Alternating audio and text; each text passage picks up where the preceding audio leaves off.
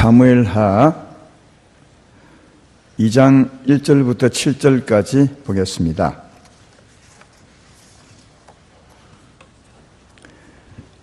사무엘하 2장 1절부터 7절까지. 그 후에 다윗이 여호와께 여쭈어 아뢰되 내가 유대 한 성읍으로 올라가리이까? 여호와께서 이르시되 올라가라. 다윗이 아뢰되 어디로 가리이까? 이르시되 헤브론으로 갈지니라. 다윗이 그의 두 아내 이스라엘 여인 아히노암과 갈멜 사람 나발의 아내였던 아비가일을 데리고 그리로 올라갈 때에 또 자기와 함께 한 추종자들과 그들의 가족들을 다윗이 다 데리고 올라가므로 헤브론 각 성읍에 살게 하니라. 유다 사람들이 와서 거기서 다윗에게 기름을 부어 유다 족속의 왕으로 삼았더라.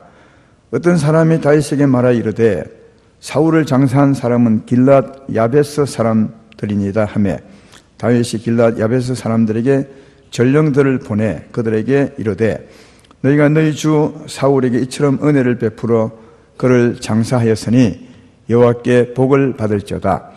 너희가 이 일을 하였으니 이제 여호와께서 은혜와 진리로 너희에게 베푸시기를 원하고 나도 이 선한 일을 너희에게 갚으리니 이제 너희는 손을 강하게 하고 담대히 할지어다. 너희 주 사울이 죽었고 또 유다 족속이 내게 기름을 부어 그들의 왕으로 삼았음이니라 하니라. 아멘. 오늘 전할 말씀은 하나님 마음에 맞게 살게 한 다윗의 독특한 기도. 다윗의 독특한 기도가 하나님 마음에 맞게 다윗으로 하여금 살게 했다니 그런 제목이 되겠습니다. 오늘 사무엘한데요. 그동안 사무엘상 말씀을 오랫동안 전했습니다. 여름 부흥 성회부터 지금까지 사무엘상 강해처럼 그렇게 말씀을 했는데 오늘은 사무엘상 강해를 마무리 짓는 말씀입니다.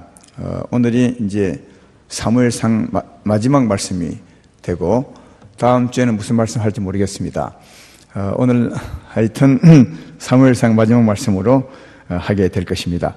오늘은 어떤 말씀을 하게 되냐 하면 우리 삶을 주관하는 이가 하나님이십니다. 우리 마음을 주관하신 이도 하나님이시고 내 안에 사는 이가 내가 아니요 하나님이시니 내 마음에 사는 이도 하나님이시고 또 내 바깥의 삶을 주관하고 인도하시는 이도 하나님이십니다. 그러니까 우리 삶의 주관자가 하나님이신데 우리 삶을 주관하시면서 하나님은 우리에게 무엇을 배우기 원할까? 다시 말해 하나님은 우리의 삶을 주관하면서 더 아름답게 세워 가시고 있죠.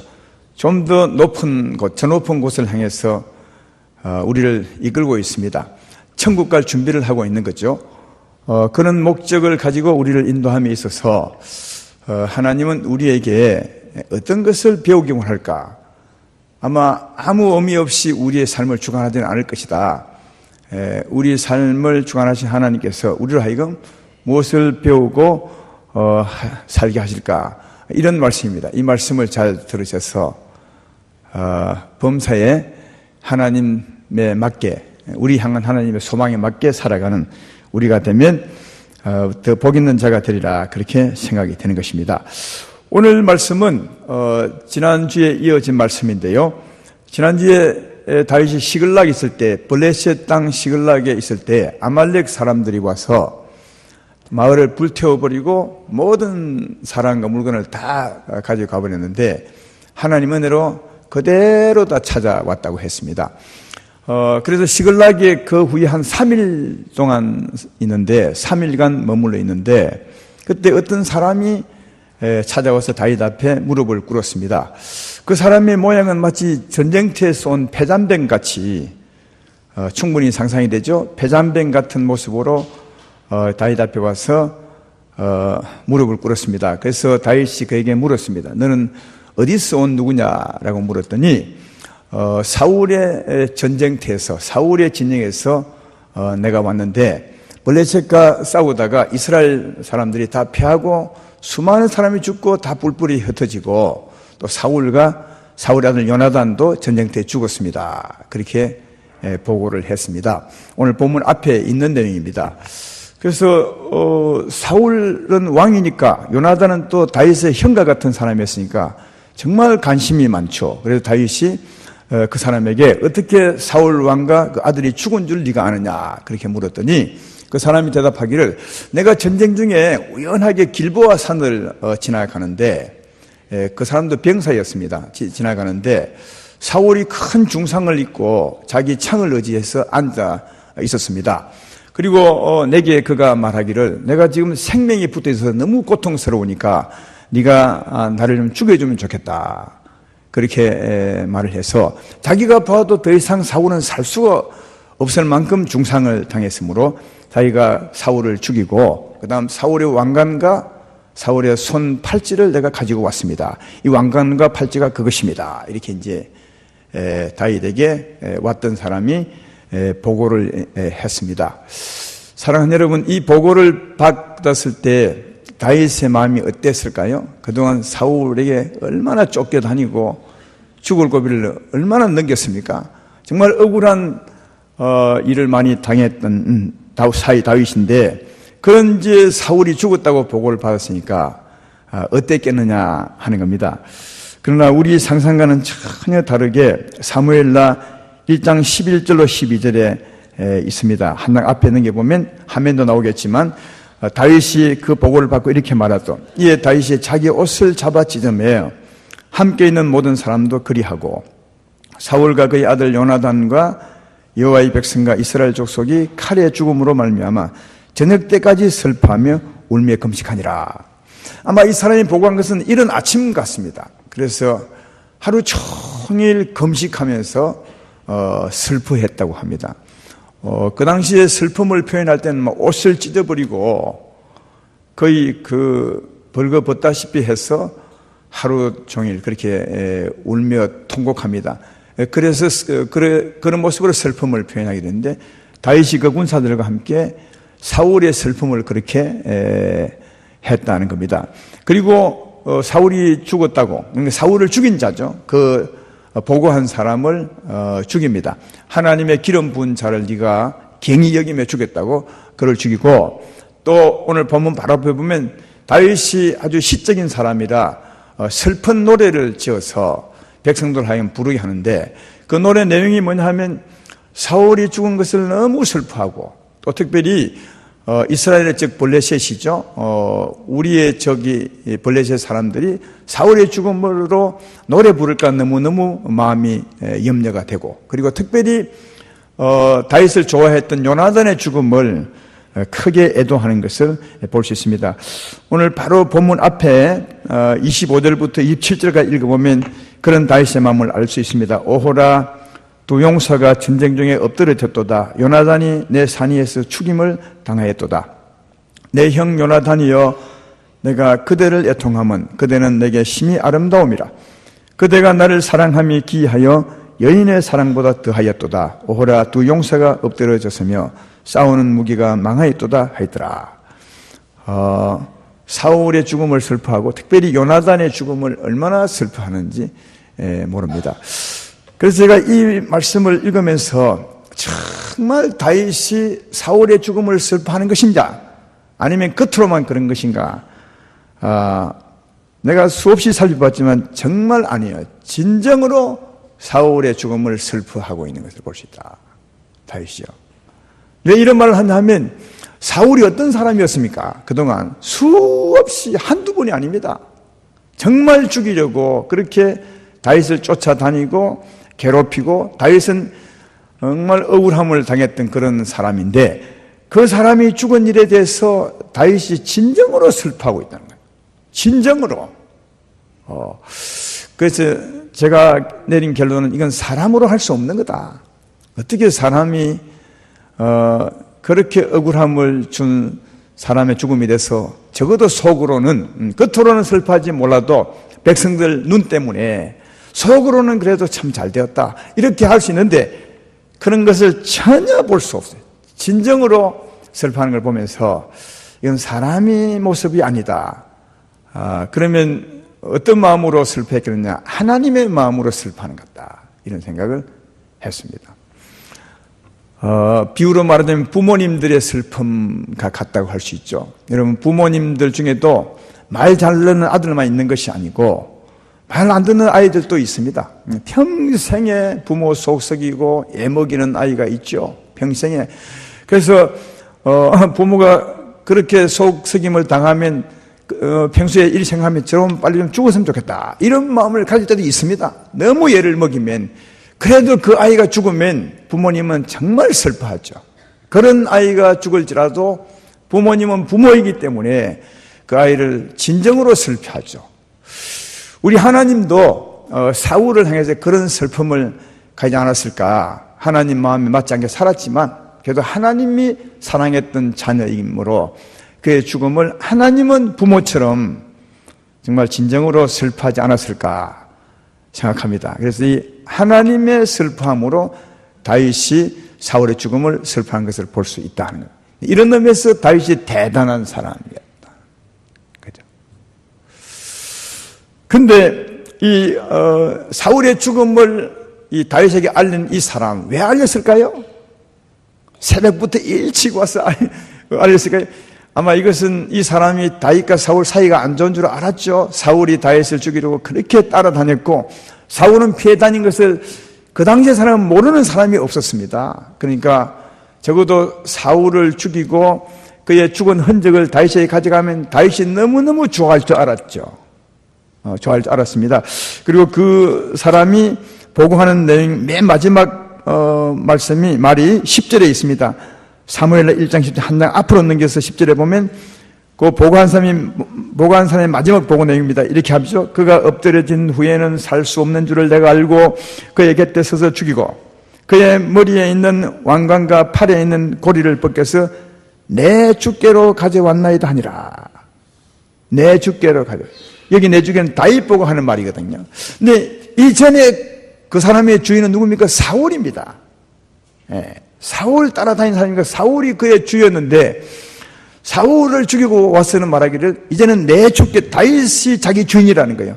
그러니까 이 말은 다윗에게 왜 왔는지를 잘 말해주는 의미 있는 말임을 알 수 있습니다. 그러니까 사울을 죽이고 다윗에게 칭찬받으려고 찾아왔던 거죠. 근데 이렇게 오면 보통 사람은 좋아합니다. 그리고 이런 자는 큰 자리 하나 마련해 주죠. 근데 문제는 다윗은 보통 사람이 아니었다는 거예요. 하나님의 사람이었어요. 그래서 하나님의 사람이었기 때문에 큰 자리 차지해야 할 수 있는 이 사람이 죽임을 당했던 것을 볼 수 있다 하는 겁니다. 근데 사실은 이 사람이 사울을 죽였다고 와서 다윗에게 자랑스럽게 보고를 했는데, 그러나 사실은 이 사람이 사울을 죽인 것이 아닙니다. 거짓말을 했습니다. 그걸 알 수 있는 것은 사무엘상 31장 3절로 5절에 보면 사무엘라 바로 앞에 있죠. 거기 보면 그 전쟁터에 사울이 죽는 모습이 잘 나옵니다. 한번 읽어보겠습니다. 어떻게 죽은지 보십시오. 사울이 패전함에 활 쏘는 자가 따라잡으니, 이 블레셋 사람이 활을 쏘는 사람이 따라잡았다 이 말이죠. 그 활 쏘는 자에게 중상을 입은지라. 사울이 활에 맞았다 그 말이에요. 그가 무기를 든 자에게 이르되 내 칼을 빼어 그것으로 나를 찌르다 할례 받지 않은 자들이 와서 나를 찌르고 모욕할까 두려워하노라 하나 무기를 든 자가 심히 두려워하여 감히 행하지 아니하는지라. 이에 사울이 자기의 칼을 뽑아서 그 위에 엎드려지매 무기를 든 자가 사울의 죽음을 보고 자기도 자기 칼 위에 엎드려져 그와 함께 죽으니라. 그러니까 사울이 어찌 죽었습니까?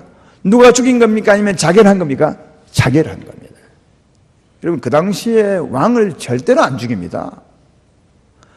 이게 왕의 무기든 자가 있는 것입니다. 그러니까 왕을 지키는 경호원 한 사람이 있습니다. 무기든 자죠. 왕을 대신하여서 그 사람에게 나를 죽여라. 내 정말 너무 고통스럽다. 하지만 안 죽입니다. 그러니까 이 사울이 너무 고통스러워 자기 칼 위에 자기 엎드려 죽었습니다. 그때 모든 사람도 전부 자결합니다. 그러니까 왕이 죽으면 부하도 다 죽습니다. 그래서 전부 죽었어요. 근데 아마 그 뒤에 오늘 다윗에게 보고한 사람이 그 길을 지나갔던 것 같아요. 이미 죽어 있었습니다.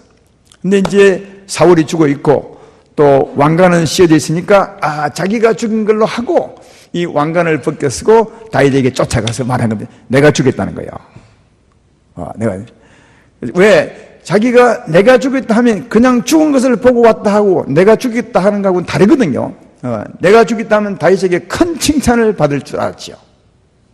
근데 내가 죽였다 했기 때문에 그가 오히려 더 죽임을 당했습니다.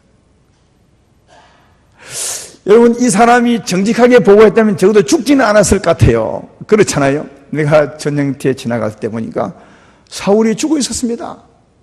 그래서 내가 이 왕관을 벗겨서 이 소식을 가지고 당신에게 온 겁니다. 이랬다면 적어도 죽임 당하진 않죠. 근데 이 사람이 약간 거짓말을 섞었습니다. 그래서 내가 죽이고 가져왔습니다. 그것 때문에 자기가 살려고 그런 소식을, 그런 말을 했는데 오히려 그것 때문에 죽임을 당한 것을 볼 수 있다. 사랑하는 여러분, 세상 사람들에게는요, 약간 속이면 통할지 몰라도 하나님 나라는 정직이 최고입니다. 정직해야 되는 겁니다. 어떤 상황에도 정직해야 되는 겁니다. 예. 하나님은 정직한 자를 높입니다. 혹시 내가 실수했을지라도 그걸 회개하고 정직하게 돌아오면 하나님께 은혜를 받습니다. 왜냐하면 돌아왔으니까요. 그러나 뭔가 속이고 감추고 있으면 속이고 감추는 그 죄 때문에 하나님이 은혜를 베푸지 않습니다. 이게 성경이고 하나님이십니다. 따라서 사랑하는 아름다운 교회 성도 여러분, 이런 일이 있을 때는 절대로 자기를 높이려고 자기 위해서 거짓말하지 마시고 정직하게 말하시는 여러분 되기를 주의 이름으로 축원합니다.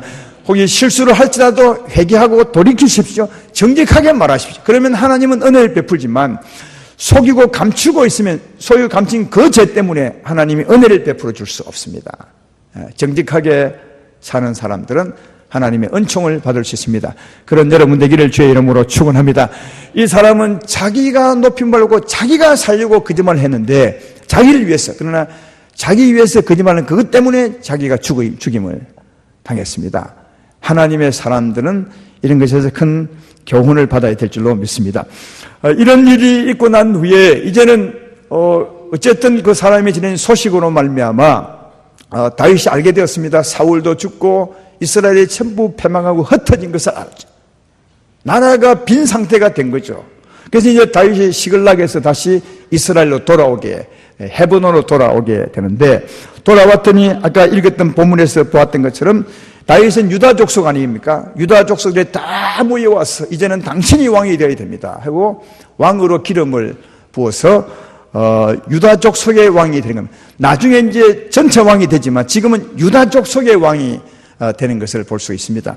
그런데 그때 또 어떤 사람이 왔나 하면 어떤 사람이 다윗을 찾아왔습니다. 그래서 어떤 보고를 하냐면 전쟁터에서 사울이 비참하게 죽었는데 그 비참하게 죽은 사울의 시신을 길라 야베스 백성들이 장례를 잘 치러주었습니다. 그렇게 이제 보고를 했습니다. 여러분, 이 사울의 죽은 그 시체를 야베 사람들이 장례를 잘 치러줬습니다. 이 보고를 다윗에게 했을 때 이 사람이 다윗에게 좋은 소식을 전해준 것입니까? 아니면 고자질을 한 것입니까? 여러분 어떻다고 생각하십니까? 제가 볼 때는 고자질을 한 겁니다. 무슨 말이냐면 그 다음 이제 길라 야베 사람들이 사울의 시체를 장례 치른 것을 보면 그것을 충분히 짐작해 볼 수 있습니다. 이 장례 치를 때 야베 사람들이 굉장한 어려움을 무릅쓰고 가서 장례를 치러줍니다. 그 말씀이 사무엘상 31장 11절로 13절이 있는데 한번 들어보십시오.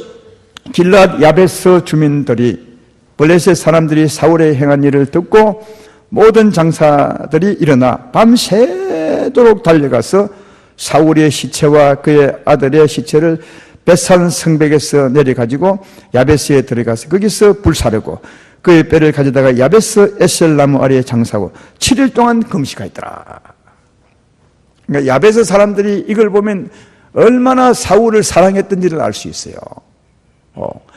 그 원래 전쟁터에 가면 전쟁 이기고 난 후에 그 다음날 그 죽은 사람들의 옷을 다 벗겨가면 지금은 그런 옷을 벗겨갈 사람은 없겠지만 그 당시에는 가난하니까 그 전쟁터의 전리품이고 옷 벗겨가는 겁니다. 물건 챙겨가는 거죠. 그래서 그 다음날 블레셋 사람들이 와서 사울의 갑옷을 전부 벗겨갔습니다.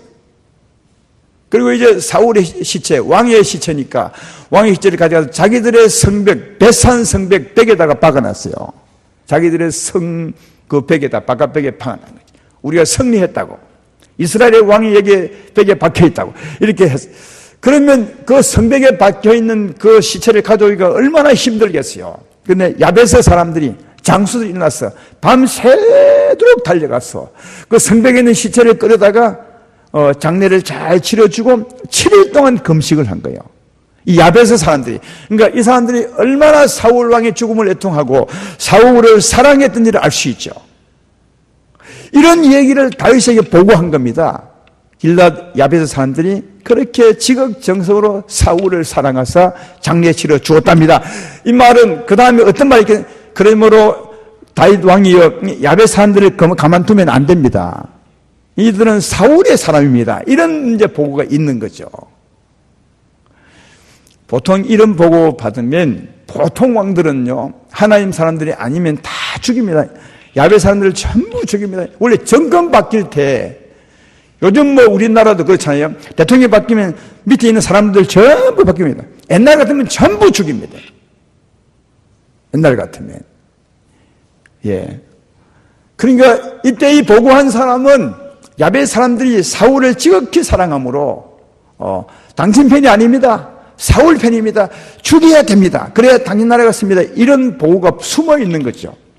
근데 다윗은 어떻게 했습니까? 오늘 본문 뒤에 보면 그리 안 합니다. 전령을 보내죠.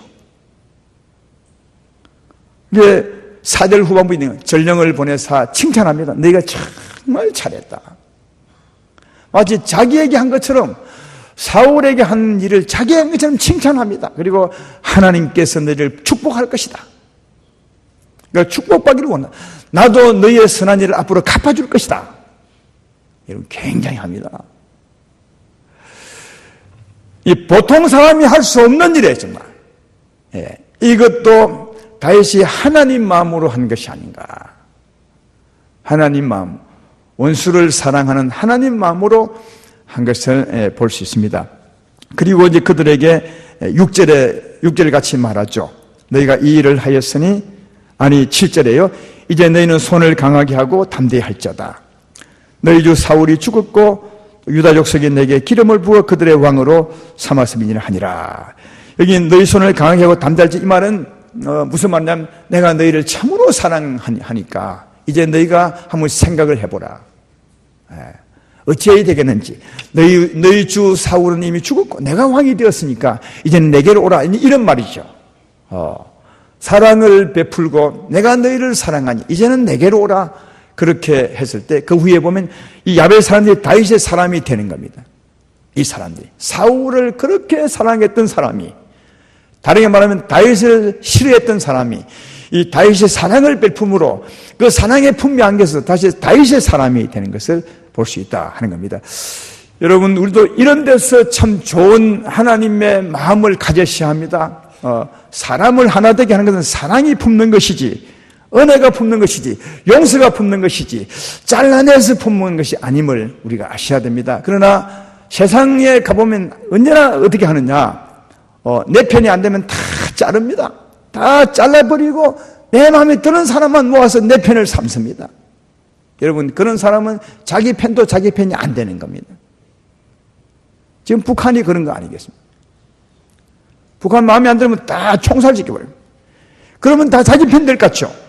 전부 벌벌벌벌 떨고 어찌하면 내가 이 무리를 떠날까, 이 집단을 떠날까 하고 있는 게 북한 사람들입니다. 그러니까 사람들은 말이에요, 이런 성향이 있습니다. 내 말 안 들으면 잘라버리면 다 내 편이 될 것이라고.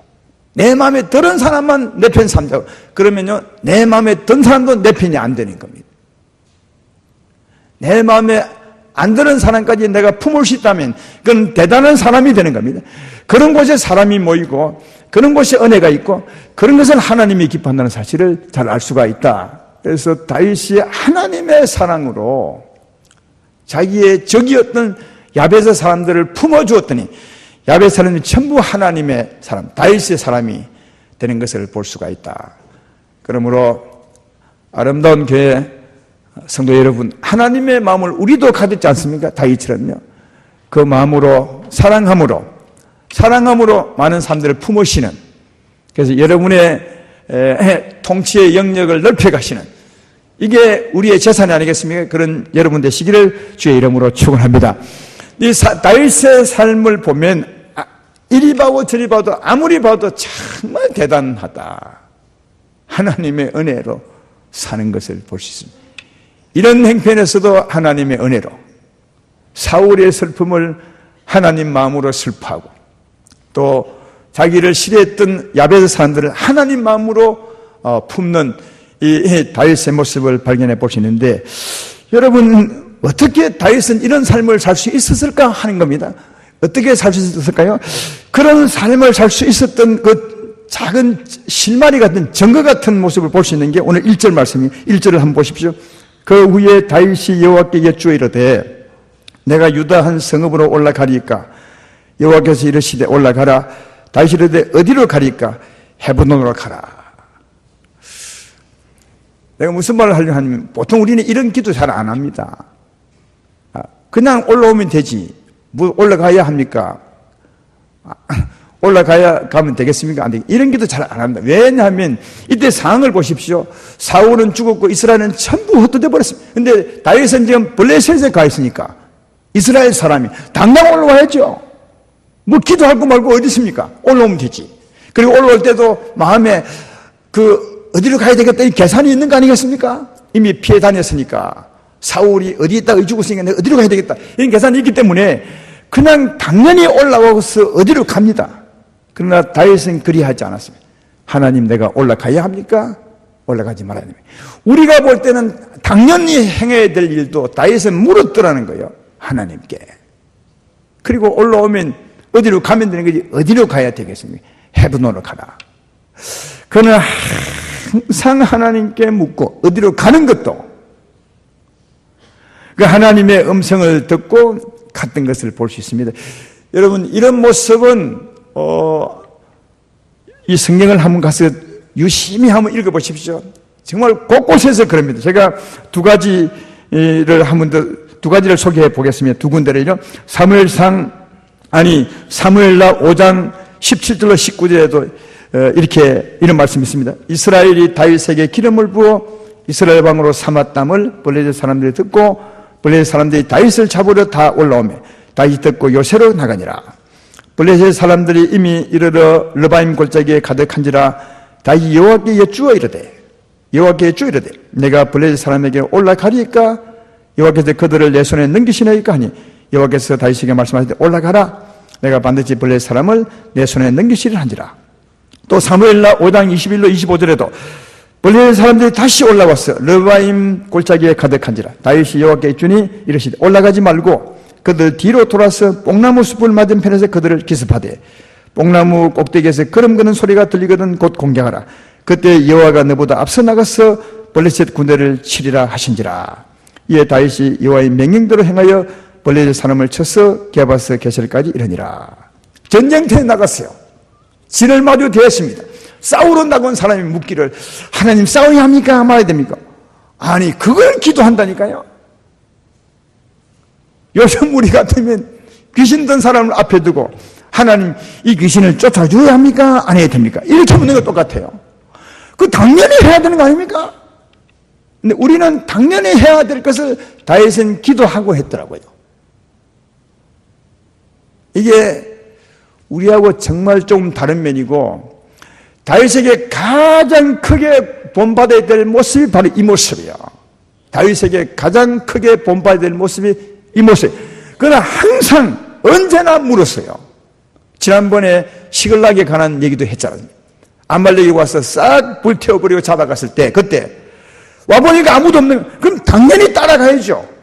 당연히. 그때는 말 타고 다녔으니까 말이 어디 간지 알 거 아니겠습니까? 말만 굽을 보면 말 발자국 따라가야 될 텐데, 그때도 다윗이 묻습니다. 하나님 따라가야 합니까? 말아야 됩니까? 근데 하나님도 또 따라가면 잡을 수 있을 것이라 이렇게 말. 그러면 그걸 보면 우리도 다윗처럼 범사에 물어야 되는 것을 알 수 있다는 거예요. 범사에 하나님을 인정하고 그의 지도를 받아 살아야 되는 것을 우리가 잘 알 수가 있는 거죠.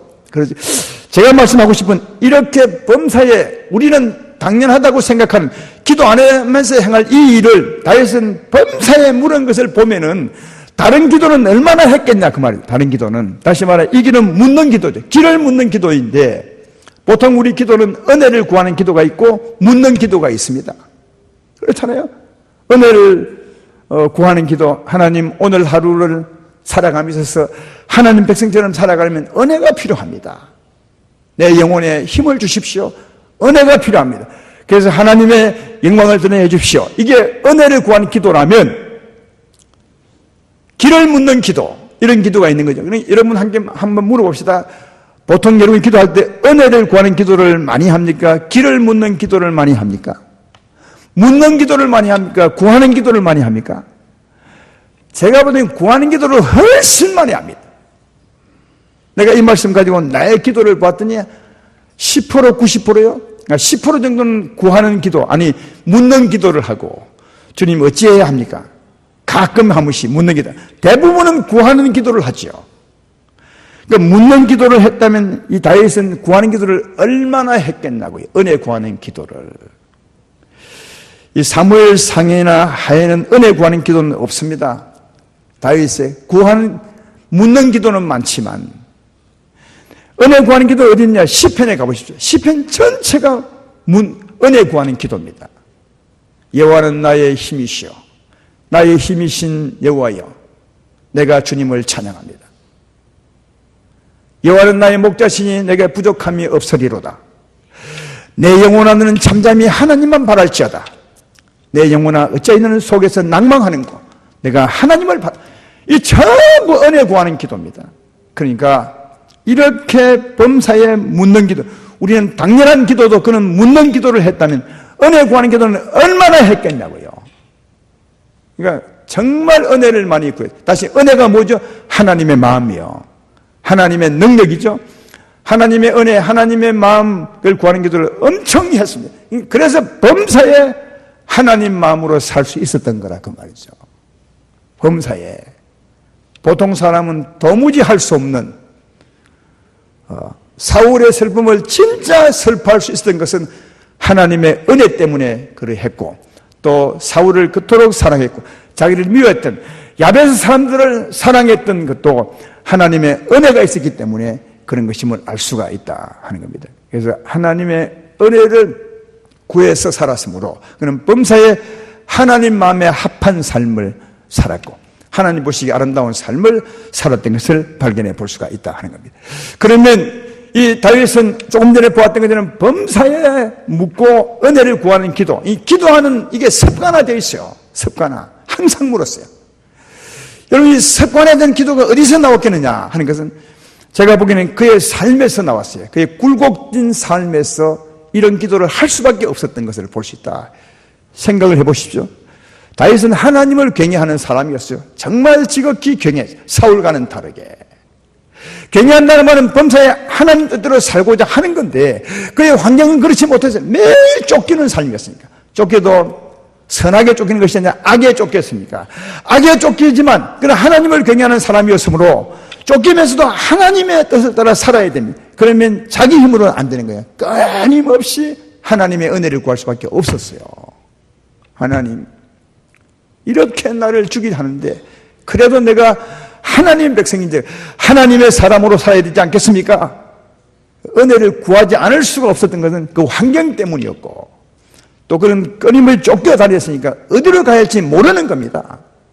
생각해 보십시오. 전 나라가 사울의 군대였고 사울의 군대가 어디서 자기를 쫓을지 모르는데 자기 계산으로 갈 수 있습니까? 그러니까 밤사에 그는 어디로 가야 합니까? 하나님. 어디로 가야 내가 살 수 있는 것입니까? 그러니까 묻지 않을 수 없었어요. 그러니까 자기 그 힘든 삶이 그런 기도를 하며 살게 했던 것을 발견해 볼 수 있다는 거예요. 그러면 그 삶은 누가 주관했다고요? 하나님이 주관했어요. 하나님이 왜 그런 삶을 주관했겠습니까? 제가 보기에는 그렇게 하나님을 의지하고 사는 삶을 만들기 위한 것이 아닌가 그렇게 생각합니다. 할렐루야. 그럼 다윗 삶이 아무리 힘들고 굴곡져도 그 삶의 주관자는 하나님이셨으며 마침내 그를 세우시려고. 그러니까 그의 힘든 여정의 삶은 골짜기를 지난 것처럼 산 위를 올라가는 것처럼 그런 힘든 삶의 여정은 하나님이 주관하셨어요. 하나님의 주관한 삶 속에서 하나님을 경외하고 살려면 은혜를 구하지 않을 수 없었고 범사에 묻지 않을 수 없었어요. 그러니까 범사에 기도하는 삶은 하나님이 주관한 삶에서 나온 것이었고 하나님이 그렇게 살게 했던 것을 발견해 볼 수 있다. 그래서 그런 삶으로 말미암아 기도할 수밖에 없었고 기도함으로 말미암아 그는 언제나 하나님 마음에 합한 삶을 살 수 있었다는 것을 알 수 있어요. 결국은 복이죠. 하나님이 다윗을 향한 뜻도 이루어지게 되는 것을 발견해 볼 수가 있다 하는 겁니다. 여러분, 다윗은 오랜 전에 기름 부음을 받았습니다. 왕으로요. 그러나 기름 부음 받았지만 왕다운 왕으로 살지는 못했던 겁니다. 왜냐하면 이제 기름 부음을 받았으니까요. 그래서 하나님은 기름 부음 받은 왕다운 왕으로 세우기 위해서 다윗을 주관했던 것을 볼 수 있고 하나님의 주관한 삶에 범사에 하나님을 의지하고 살았으므로 마침내 그는 왕다운 왕처럼 살아가는 것을 볼 수 있죠. 이는 왕다운 왕이 무엇입니까? 모든 백성을 다 품을 수 있는 하나님의 능력을 갖는 것 아니겠습니까? 하나님 마음으로 사는 게 이게 하나님 나라 왕다운 왕이 아니겠어요? 그래서 마침내 그런 사람으로 하나님이 세워내는 것을 발견해 볼 수가 있다 하는 겁니다. 어떤 삶으로요? 범사에 하나님을 의지하게 하는 그 삶으로 말이야. 그러므로 아름다운 교회 성도 여러분들이야, 여러분의 삶을 주관하는 이가 누구라고 생각하십니까? 하나님이십니다. 믿으면 아멘 합시다. 그래서 여러분이 아무리 불평하고 또 기분 좋다고 생각할지 몰라도 오르막 내리막 있는 그 삶은 하나님이 주관합니다. 하나님이 그 삶을 왜 주관하는지 아십니까? 다윗에게처럼 그런 소망을 가지고 있는 것입니다. 우리에게 그 삶을 통해서 뭔가를 배우기 원합니다. 뭘 배우기 원하겠습니까? 범사에 하나님을 의지하는 삶을 배우기 원하는 거죠. 범사에 하나님의 은혜를 구하며 살기 원하는 겁니다. 범사에 하나님을 묻고 하나님의 은혜로 길을 가기를 원하는 것입니다. 그러니까 우리 삶을 주관하는 하나님께서 우리에게 원하는 것, 우리로 배우기 원하는 것이 하나 있는 것은 하나님을 의지하고 살기를 원한다는 거예요. 따라서 다윗처럼 여러분의 삶이 어떠하든지 그 행편 가운데서, 그 상황 가운데서도 하나님을 경외하는 삶을 살기 위해서 하나님의 은혜를 구하시기를 주의 이름으로 축원합니다. 하나님의 힘을 구하시기를 주의 이름으로 축원합니다. 그리고 주의 뜻을 가기 위해서 범사에 물으십시오. 그러면 그런 신뢰, 그런 습관이 되면 하나님은 범사에 여러분을 주관합니다. 인도합니다. 은혜를 베풀어 주시고요. 그래서 다윗이 범사에 하나님의 은혜를 입고 하나님께서 가르친 그 길을 따라간 것처럼 우리도 충분히 그래 할 수 있는 것은 다윗이 하나님이 우리의 하나님이시기 때문에 그렇습니다. 하나님은 어제나 오늘나 변화가 없습니다. 그때 하나님이 지금 하나님이십니다. 그러므로 우리도 그렇게 살면 다윗처럼 살아갈 수 있음을 알 수가 있습니다. 하나님이 우리에게 바라는 건 딱 하나입니다. 범사에 다윗처럼 하나님을 의지하고 하나님께 묻고 살기를 원한다는 겁니다. 그랬을 때 우리의 삶이 아름다워지는 것입니다. 하나님께 묻고 사심으로 하나님의 힘과 능력으로 살아감으로 복 있는 여러분의 삶이 되기를 주의 이름으로 축원합니다.